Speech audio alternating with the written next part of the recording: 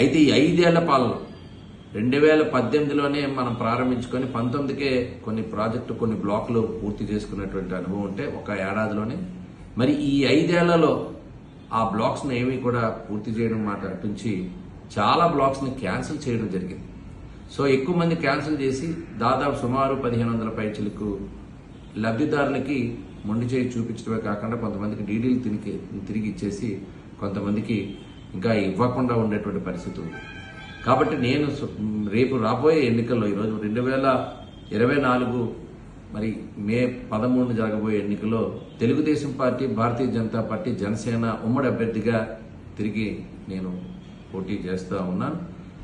మరలా మీరు ఆశీర్వదించండి.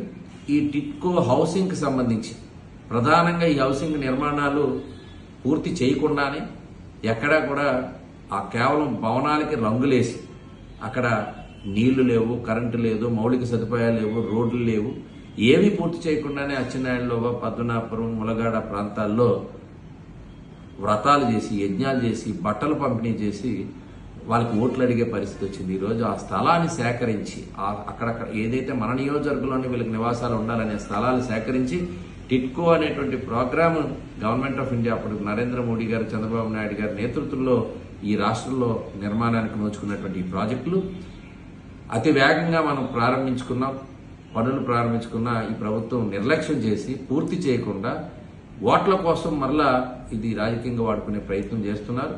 మీరందరూ ఇది గమనించాలి. త్వరలోనే మన ప్రభుత్వానికి మీరందరూ అండగా నిలవండి. మరలా తెలుగుదేశం, భారతీయ జనతా పార్టీ, జనసేన ప్రభుత్వం ఏర్పాటుకు దిశగా అడుగులు వేస్తున్నాం. ప్రభుత్వం ఏర్పాటైన తొలి రోజుల్లోనే మళ్ళా ఈ నిర్మాణాలు పూర్తి చేయటమే కాకుండా మౌలిక సదుపాయాలతో కరెంటు, నీరు అన్నిటితో అక్కడ ఏవైతే ఆ రోజు ప్రామిస్ చేసాం ప్రాజెక్టులో అవన్నీ సౌకర్యాలు ఇస్తూనే అచ్చెన్నాయుడులో, పద్మనాభపురం, ములగాడ, రాజీవ్ కాలనీ, ముచ్చిమాంబ కాలనీ, గౌరీనగర్, పైడిమాంబ కాలనీల్లో పూర్తి స్థాయిలో ఎమ్యూనిటీస్ అన్ని కూడా కలిగించి వారికి ఇవ్వడమే కాకుండా బ్యాంక్ లోన్ల గురించి ఈరోజు ఇంకా ఇల్లు పూర్తి కాలేదు, ఇల్లుకి చేతికి ఇవ్వలేదు, తాళాలు చేతికి ఇవ్వలేదు, ఇంట్లో నివాసం ఉండలేదు, అప్పుడే ఈఎంఐలు కట్టమంటున్నారు.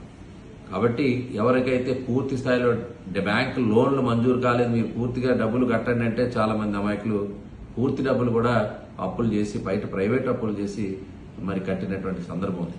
కాబట్టి ఇవన్నిటిపైన ఇప్పటికే చంద్రబాబు నాయుడు గారు ఒక ప్రకటన చేశారు. టిట్కో గృహాలు ఏవైతే నిర్మాణాలు నోచుకున్నాయో మన నియోజకవర్గంలో కదా రాష్ట్రంలో అందరికీ కూడా రుణమాఫీ ఉంటుంది, అందరికీ ఫ్రీ హౌసెస్ అవుతున్నాయి అనేటువంటిది మీరు గమనంలో తీసుకోవాలి.